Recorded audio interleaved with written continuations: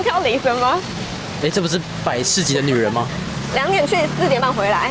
你看这个雨，我很庆幸我们现在在这里，你知道吗？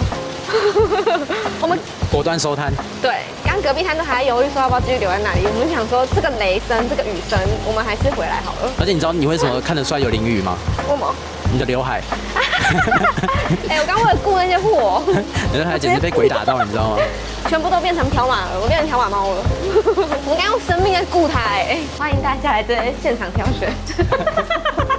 或全湿。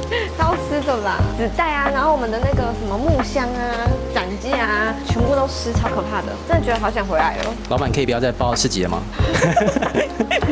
下一次是9月，而且还是我一个人去花莲。你可以休息耶。至少接下来天气都很好哦，我会生气哦。希望明天天气很好。对啊。